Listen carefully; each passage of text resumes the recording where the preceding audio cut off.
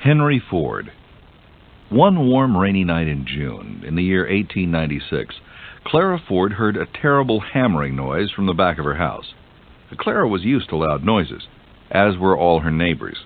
Ever since the Fords had moved into the house on Bagley Avenue in Detroit 2 years before, there had been strange noises every night from the little brick shed in their backyard. Hissing noises, banging noises, and sometimes a loud roar.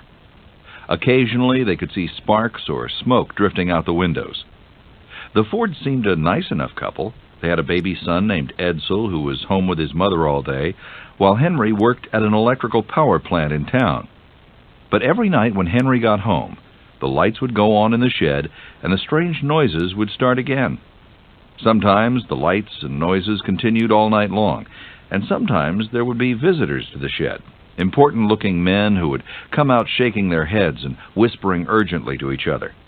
It wasn't long before the neighbors found out what was going on in the shed. Henry Ford was building one of those horseless carriages. Useless contraptions. A few other men had built them, but they never worked for long. Not nearly as reliable as the good old-fashioned horse.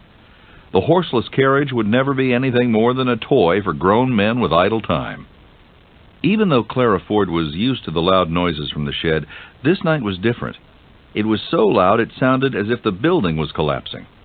She grabbed an umbrella and hurried out to see what was going on. And then she stopped in her tracks. There was Henry, mallet in hand, swinging away at the brick wall of the shed. Timber was splintering and falling, bricks were flying, and clouds of dust billowed in the doorway. What on earth was he doing this time? Henry saw his wife and stopped his hammering for a moment. "It's finished," he said. Through the doorway, Clara Ford could see that it was finished. Henry's horseless carriage had a 2-cylinder, chain-driven gasoline engine. The engine was stored right behind the single seat, which could carry only one person. Henry figured the engine was about 3 or 4 horsepower. The carriage had a tiller like a boat's for steering. It had 2 forward speeds, but no reverse. It had an electric doorbell for a horn. He might need a horn because the carriage had no brakes. Henry would stop it simply by turning the engine off. The carriage had 4 big wire wheels that looked like bicycle wheels, so Henry called his new creation a quadricycle. Now, after 2 years of work, he was ready to test his carriage. The only problem was it wouldn't fit through the door. Henry assured his wife that he would rebuild the shed. Then he ran back to the carriage and cranked up the engine by hand. He climbed into the seat of his quadricycle, started it up, and steered his way out onto the cobblestones of the alley and into Grand River Avenue. He'd gone only a short distance when the car sputtered and came to a stop. Henry soon found the problem. A tiny spring that was part of the ignition system had come loose. He replaced it, climbed aboard again, and continued his drive. Once around the block and back to home on Bagley Avenue. It was only a beginning, but in a few years Henry Ford would painstakingly design and build more cars until finally he was able to produce one that was practical, affordable, and accessible to the mass market. Henry Ford's work would transform the United States into the nation of the automobile. He became the largest automobile producer in the world, and the first to use the assembly line to mass-produce standardized cars. There's almost no way to completely assess the impact the automobile had on the world. It changed the very look of our towns, cities, and countryside, with roads, bridges, and freeways. It improved emergency services. It enabled people to see more of each other and more of their world. It made it easy to procure food and merchandise. It also affected the congestion of the cities and the quality of our air, and it became a leading cause of injury and death. Positively or negatively, the automobile had more influence on daily life in America than perhaps any other invention of the 20th century. And this influence was largely the work of an uneducated farm boy with a natural genius and a determination to do things his way, no matter what others said. Henry Ford was born on July 30th, 1863. The same month, the Battle of Gettysburg turned the course of the Civil War towards a Union victory. He was born on a farm outside of Dearborn, Michigan, not far from Detroit. From the beginning, he had almost no interest in farming. He said later, I have followed many a weary mile behind a plow, and I know all the drudgery of it." He preferred instead to tinker with anything mechanical. He would fix watches, repair tools, take his toys apart and rebuild them again. Anything to help him understand how things worked. Henry's father was disappointed in his son's preoccupation with mechanics. He wanted him to be a farmer like he was. But Henry's mother thought his natural aptitude should be encouraged, and she had her husband build him a workbench in his own bedroom. There, when the chores were completed at the end of the day, Henry would sit with his tools and dismantle every gizmo he could get his hands on. Once he even hammered his mother's knitting needles into screwdrivers. Henry's brilliance was natural and unlearned. His formal education amounted to about 8 years in a one-room schoolhouse, and his grades were mediocre at best. Throughout most of his young and adult life, he had only one single interest: machines. When he was 12 years old, Henry's father took him on an errand to Detroit, and on the way they saw a steam road engine barreling down a country lane. It was a memorable moment for Henry Ford. It was the first time he'd ever seen a machine that operated by its own power instead of horses. The road engine had a huge boiler which the operator shoveled coal into, thus building steam to turn the wheels. From that moment on, Henry dreamed of building a smaller, self-powered machine, one that could be driven by anyone and that could move faster than anything drawn by a horse. That dream was still on his mind when he finished his schooling. After he finished school, when he was only 16 years old, Henry left the farm and found work as an apprentice machinist in Detroit. He made $2.50 a week, not enough to pay his expenses. So he took an additional night job repairing watches in a jeweler's shop, where he earned an additional 50 cents a night. The jeweler had him work in back of the shop because he felt his customers might not feel confident seeing a 16-year-old working on their watches, even though his work was expert. After 3 years, Henry completed his apprenticeship and returned to the farm to help his father for a while. He discovered one of his father's neighbors had purchased a steam engine, but couldn't find anyone who knew how to drive it. Henry dashed over and volunteered for the job. Shortly after, the manufacturer of the engine heard about Henry's skill in driving and repairing the machine, and he hired him to sell and repair steam engines throughout southern Michigan. He was also sent to Detroit occasionally to repair other machines. On one of these trips, he was introduced to an internal combustion engine. It was love at first sight. Immediately, Henry saw the possibilities. This engine relied on gasoline instead of coal or steam, and it was smaller and lighter than a steam engine. He set to work to find out all he could about the engine. He learned to repair it, to take it apart, even to build one. All along, what was on his mind was whether this engine could someday be the key to his dream of building a horseless carriage. Finally, he decided to build his own internal combustion engine and try it out. When he was 24, Henry Ford went to a New Year's Eve party at an adjoining farmhouse and met Clara Bryant, a friend of his sister's. Clara had many nice qualities, but to Henry she had one quality that surpassed all others. She was actually interested in his dream about the horseless carriage, and she encouraged him to pursue it. Henry married her, and then they moved to Detroit, where he could be closer to the tools and resources he would need. In Detroit, Ford worked for the Edison Illuminating Company. Thomas Edison and Henry Ford were friends throughout their lives, and it's said that it was Edison who most encouraged Ford to use the combustion engine in the making of a car.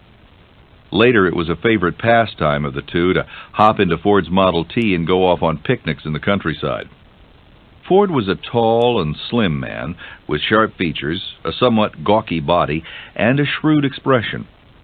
Although he had a brilliant mind, those who knew him say he worked almost intuitively. He seemed to have an innate sense of how things worked and how they could be improved.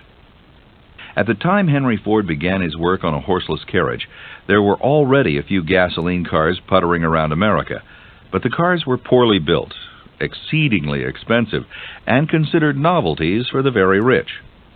Ford's dream was different. He wanted to build a car that was sturdy, inexpensive, and useful. He wanted a car for the working class, a dream that almost all other manufacturers thought was impractical and unprofitable. In Detroit, Henry and Clara had their first and only child, a son they named Edsel, after Henry's best childhood friend. Shortly after Edsel was born, Henry rushed into the kitchen one day to show Clara his first one-cylinder gasoline engine. It was the first step in the creation of his horseless carriage. After the one-cylinder engine, Henry built a two-cylinder engine, and then constructed his famous quadricycle in the shed behind the house. After the trial run through the expanded wall of the shed, Henry worked on improvements for the car. He invented a radiator to circulate water around the engine and keep it from overheating. He refined and improved and modified and experimented, trying to get his car ready for the public. After 3 years, a new automobile company in Detroit asked him to design some experimental cars for them. Ford got to work, but before his designs were completed, the company had already gone bankrupt. Now he had no backers, no money, and lots of ideas waiting to be born. Finally, he came up with an idea. Auto racing had recently become a popular sport, and it was a good way to make money and gather support. Ford decided to build a racing car, enter it in a race, and hopefully win. If he did, he believed he could convince people to finance the building of his motor cars. The race car Ford built had a 26-horsepower engine and a new carburetor and sparking system called spark plugs. He took it to a race course at Grosse Pointe near Detroit, where a crowd of 8,000 people had gathered to see the famous Alexander Winston perform. Winston was a former prize winner, a man who was hard to beat under the best of circumstances. But today, no one expected even a contest. Winston had showed up with his latest design, a sleek racer with a 70-horsepower engine that had to be unbeatable. Other competitors took one look at Winston and his car and dropped out of the race. But Henry Ford stayed. When the starting gun went off, Winston and Ford were on the track alone. The cars took off, each one with a mechanic hanging from its running board for balance. Winston took off ahead of Ford and stayed there for several turns around the track. Then suddenly there was smoke rising from the track. Everyone craned their necks to see. Was it Winston or Ford? It was Winston. Ford kept going, never taking his eyes from the track ahead of him. He passed Winston and shot through the finish line. The crowd rose to its feet, cheering. The race hadn't been predictable after all. From that day on, racing his cars became one of Ford's favorite hobbies. Once, to prove the excellence of a new model he'd built, he announced a race by himself against time on a frozen lake. A large crowd gathered to watch, sure that no car could race under such hazardous conditions. Ford later said, "I shall never forget that race. The ice was seamed with fissures, and at every fissure the car leaped into the air. I never knew how it was coming down. When I wasn't in the air, I was skidding, but somehow I stayed topside up and on the course, making a record that went all over the world." Ford's races at Grosse Pointe and elsewhere did what he hoped they would do. They attracted people who were willing to help him start an automobile company. But as it turned out, the investors didn't trust Ford's ideas about building a car that was inexpensive and practical for the average consumer. They wanted sleek luxury cars for the privileged classes. After a few years, Ford left the company and started his own, the Ford Motor Company. The year was 1903, and Ford was 40 years old. The stockholders in Ford's company included a few lawyers, a coal dealer and his accountant, 2 machinists, a clerk, a man who made windmills, and a man who owned a general store. The total capital they collected was $100,000, only $28,000 of which was in cash. Within only a few months, Ford produced his first low-priced car, which he called the Model A. Orders for the Model A came pouring in faster than Ford could fill them. He began to design other models, choosing a different letter of the alphabet for each one. Orders poured in for those, too. In spite of the immediate demand for his inventions, Ford's investors still didn't believe that cars were going to have long-lasting popularity, and they didn't like the way Ford was using profits to expand the company. Frustrated by their pessimism, Ford bought up all the shares in the Ford Motor Company and gained complete control. The company had been so prosperous that one schoolteacher who had invested $100 15 years before now walked away with $355,000. Now that he had control, Ford set out to try a completely innovative and bold experiment. He built an enormous factory for the purpose of building one model car and one model only. He called it the Model T. "The way to make automobiles," he said, "is to make one automobile like another automobile." The Model T changed the world. The Tin Lizzie, as it was affectionately called, marked the end of the horse and buggy. Now cars were no longer the privilege of the special wealthy class. Ford made cars for ordinary people, for the working class, for those who had never sat in one before, much less owned one. Ford's Model T was not only affordable, it cost less than a horse and a wagon. It was light, strong, easy to drive, and easy to repair. Inside each automobile was a little black book entitled "How to Repair Your Model T." Pretty soon, everyone wanted one. Doctors, farmers, traveling salesmen, preachers, and housewives. Ford could make his Model Ts quickly and cheaply because the parts of every car were the same. Even the paint was the same. All Model Ts were painted black, although Ford advised his customers they could repaint the car any color they chose. The first Model Ts to roll out of the factory in 1909 cost $825. But demand was so great and his assembly line became so improved that by 1915 a new Model T was only $440, almost half the original price. In 1911, Ford was thrown into the first of many public battles, this time with the holders of a patent who claimed they had all rights to the gasoline automobile. The public saw it as a fight between the little man, Ford, and a giant monopoly.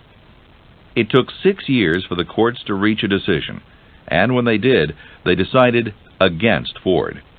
He appealed, and 2 years later was victorious. In the factory, Ford was proving to be a stern and stubborn boss. Early on, his managers and advisors learned that Ford was to have complete control, and that his authority mustn't be threatened in any way. When the Model T was only 3 years old and Ford took a vacation to Europe, his workers decided to surprise him with a few improvements on the car. They worked long hours to find a design that was sleeker and faster, and they proudly presented it to Ford upon his return to the factory. Ford circled the new car several times. Then he grabbed one door handle and ripped the door off by its hinges. Then he did the same thing to the other door. He smashed the windshield, then smashed in the roof of the car. He kept swinging until the car was a complete wreck, yelling insults and curses the whole time. From then on, no one in a Ford plant ever tampered with one of the cars unless they had permission from Ford himself. At the same time, Ford had an uncanny ability to recognize and protect men of extraordinary talent who could help further his business.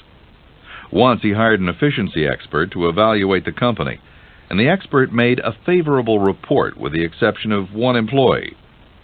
"It's about the man down the corridor," he said. "Every time I go by his office, he's just sitting there with his feet on his desk. He's wasting your money." Ford responded, "That man once had an idea that saved us millions of dollars. At the time, I believe, his feet were planted right where they are now." 5 years after he built his first Model T, Ford had an idea on how to increase his production. It was one of the biggest ideas in the history of American industry, the assembly line. Ford installed conveyor belts so that parts could be delivered right to the factory workers. He said, "The work must go to the man, not the man to the work." As the car moved along the conveyor, some workers put on wheels, some put on doors, and others installed the engines. Each worker handled only one part. The modern assembly line had been born, and with it, the most cost-effective and efficient means of producing products for mass consumption. In 2 years, Ford reduced the time it took to assemble one of his automobiles from 12.5 hours to 1.5 hours. Millions of Model Ts were sold throughout the world. Millions of roads and highways were built to accommodate them. Cities and towns and people were brought closer together, and goods and services flowed across state, national, and international borders in record time. The automobile age had arrived. The assembly line was fast and productive, but it had its drawbacks. Ford saw early on that his workers had become bored with their repetitive menial tasks. As they became bored, their work slowed. To keep his workers motivated, he shortened the day from 10 to 8 hours. Then he doubled his workers' salaries. When Ford raised the salary of an 8-hour workday to $5 a day, it made headlines throughout America. Next, he created a profit-sharing plan that would distribute up to $30 million annually among his employees. People flocked to Ford factories seeking work, and he was able to select those with the greatest skill and potential. As soon as Henry Ford improved the conditions of his factory workers, other factory owners had to follow suit. The competition to provide better working conditions improved the standard of living for thousands and thousands of workers all across America. From the beginning, Ford's decision was based not on humanitarian beliefs as much as on practical business concerns, and he was the first to admit it. He was trying to keep his workers productive and motivated, but he was notorious for his lack of respect and compassion for his workers. He once commented, "The average man won't really do a day's work unless he's caught and can't get out of it." Early on, Ford established a system of spying within his organization to assure himself his workers were behaving as they should. He even spied on them in their personal lives, had their homes watched and their habits reported. He had strict rules about behavior on and off work that included no smoking, at a time when smoking was still a vastly popular American pastime, and no gambling or drinking. One of his top men later reported that every fifth man in the plant was an informer, and that employees were followed and watched even in the bathrooms. Ford was just as ruthless with his top managers. Of the 4 men who worked most closely with him, 3 were eventually fired when Ford thought they'd become too important. One of these men, James Couzens, was an organizing genius who'd been with Ford from the beginning and was close to being his partner. Ford bought 2,000 acres of land near his boyhood home in Dearborn, Michigan, and built a majestic mansion called Fairlane. It had a bowling alley, an indoor swimming pool, a skating pond, a golf course, and a man-made lake. It also had its own hydroelectric power plant. When a reporter asked him, "What's the worst thing about being rich?" Ford responded, "Mrs. Ford doesn't cook anymore." Meanwhile, Ford began to expand his vast empire so he could control every step of the production process. He opened factories in other cities and shipped them supplies so they could manufacture cars locally. He purchased a railroad, 16 coal mines, 700,000 acres of timberland, a sawmill, a fleet of ships to carry ore from his Lake Superior mines, and a glassworks company, all from the profits of the Model T. At the height of his success, his holdings stretched from iron mines in northern Michigan to the jungles of Brazil, where he got his rubber, to 33 countries around the world. Never before had one man controlled so enormous an industrial empire. When World War I broke out, Ford again became a controversial figure. This time it was because he took a strong stand against America's involvement in the war, and against war in general. He became something of an international pacifist. He chartered a special boat at his own expense and sailed to Europe with 170 other anti-war activists to help arbitrate a peace. His slogan, which became popular throughout the world, was, "Get the boys out of the trenches by Christmas." But on the voyage to Europe, the pacifists quarreled among themselves. When the ship docked, Ford deserted and hurriedly took the next ship home. Later he commented, "I didn't get much peace, but I learned that Russia is going to be a great market for tractors." Shortly after the end of World War I, Ford decided to run for senator from Michigan as a Republican. When the Republicans failed to nominate him, he switched allegiance to the Democratic Party, which did nominate him. When he lost the Senate race, he hired agents to find and reveal corruption in his opponent's campaign, and forced the man's resignation. That done, Ford decided he would run for president instead. An ad he took out in a magazine said, "The next president of the United States will be a man who can read a blueprint and who understands the problems of production and how to keep men employed." Ford gathered huge support for his campaign, both from the public and the press. But just when that support was at a peak, he mysteriously dropped out of the race, saying he was not a politician after all and couldn't be considered a candidate. Ford had few cultural or intellectual interests, and he rarely read a book. He would not even allow his son Edsel to go to college. But a year after the war ended, he decided to publish a magazine called The Dearborn Independent, which became notorious for its attacks on the Jewish community. When he was sued for $1 million by a Chicago attorney, Ford backed down and claimed he'd been too busy to read what was published in the magazine, and the anti-Semitism was all the fault of his subordinates. He agreed to abolish the magazine. The Model T remained popular for several years. In 1927, 18 years after the first one had premiered, the 15 millionth Tin Lizzie rolled off the assembly line in Detroit with a price tag of only $380. Meanwhile, the world had changed, and competitors had not been idle. Using Ford's methods of production, other manufacturers were producing new, equally inexpensive models that had fresher lines and greater public appeal. His close advisors began to suggest that Ford consider designing new models. But when one went so far as to write his own ideas down in a memo to Ford, he was promptly fired. By the time Ford finally accepted that the days of the Model T were over and agreed to produce new models, it was too late.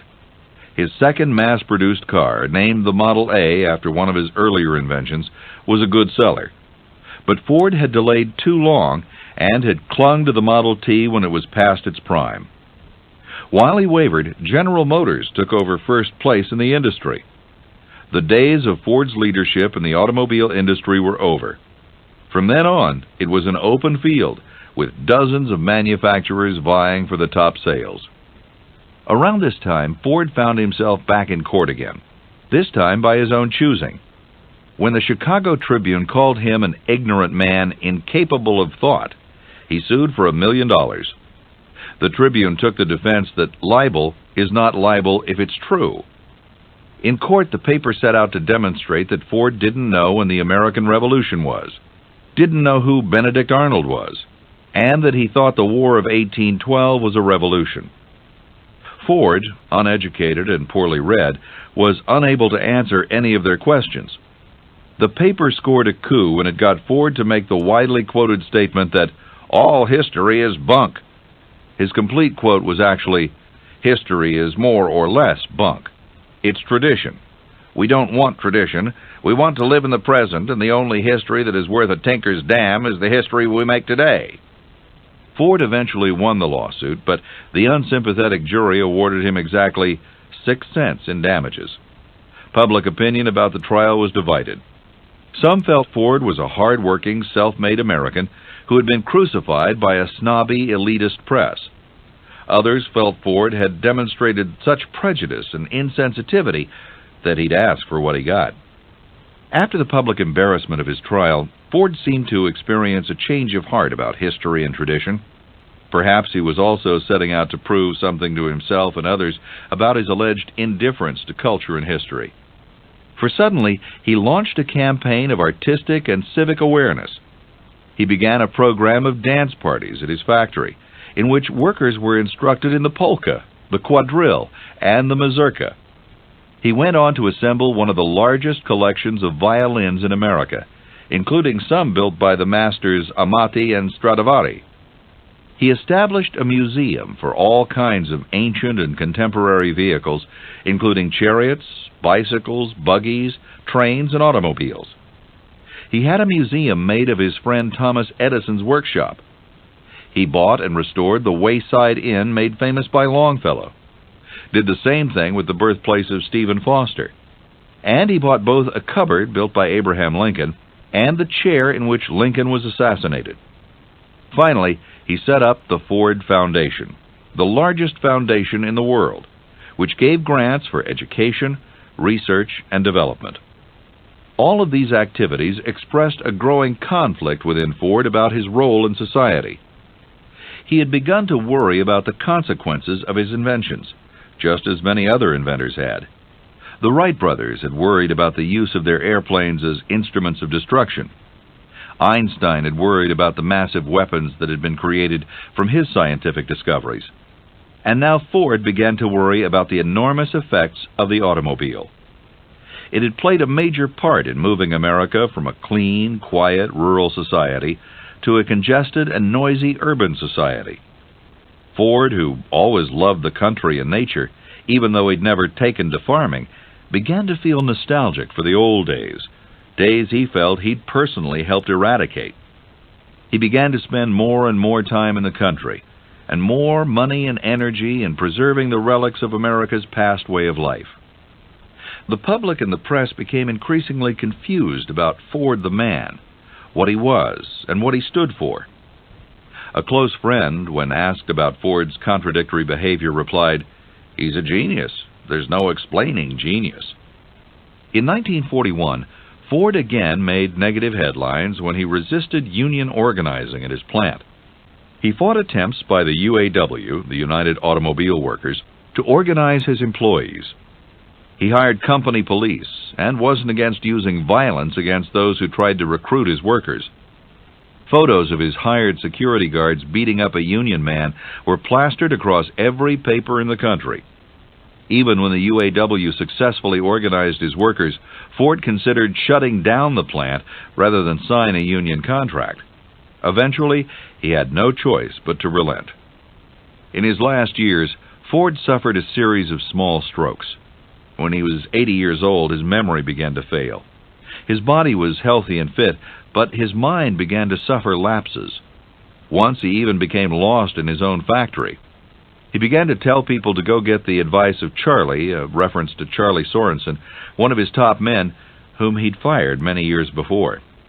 At 82, the family finally convinced Ford to retire and to turn the company over to his grandson, Henry Ford II.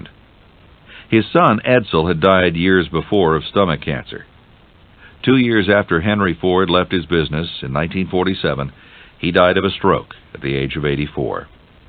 A flood that night had cut off electric power to Ford's home, and he died by the light of a flickering oil lamp and a few candles, just like life had been in the old days at the farm. Henry Ford was a man of unique qualities and exceptional genius. He had a single-minded dream that he believed in, and he allowed no obstacle to interfere with it. He never backed down from conflict, and he stood up for all of his beliefs, no matter how controversial those beliefs might be. He willingly took on corporations that claimed he'd violated their patents. He took on investors who refused to support his plans. He confronted newspapers he felt had demeaned him. He fought unions that he believed interfered with his rights as a business owner. He even took on world governments when he thought a world war should be stopped. His determination and his refusal to compromise created both enemies and admirers. But Ford was most stubborn and single-minded when it came to his dream of producing a basic, inexpensive car for the masses, even when others opposed it. He was an uneducated man who had started with nothing, and with that determination and a natural intelligence and common sense, he built a vast empire. Ford was not so much an inventor, nor was he an originator. His genius was in his ability to coordinate the best ideas of other men and to reap from them their greatest potential. He took the internal combustion engine, which had already been invented. He took the idea of the horseless carriage, which was already on America's roads, and he took the idea of the assembly line, already in practice in other factories, and he combined them all into the development of one of the largest industries ever created. That industry permanently changed the economic and social character of the United States. When Ford left his father's farm in 1879, 2 out of 8 Americans lived in cities. When he died at age 83, 5 out of 8 lived in cities. His automobile was a key part in the transition from a rural, agricultural America to an industrial America. It was a change that many, including Ford himself, would come to doubt. It was Will Rogers who perhaps best summed up the contributions of Henry Ford and many other great men when he said, upon meeting Ford, "It'll take 100 years to tell whether you have helped us or hurt us, but you certainly didn't leave us like you found us." This is the end of the session.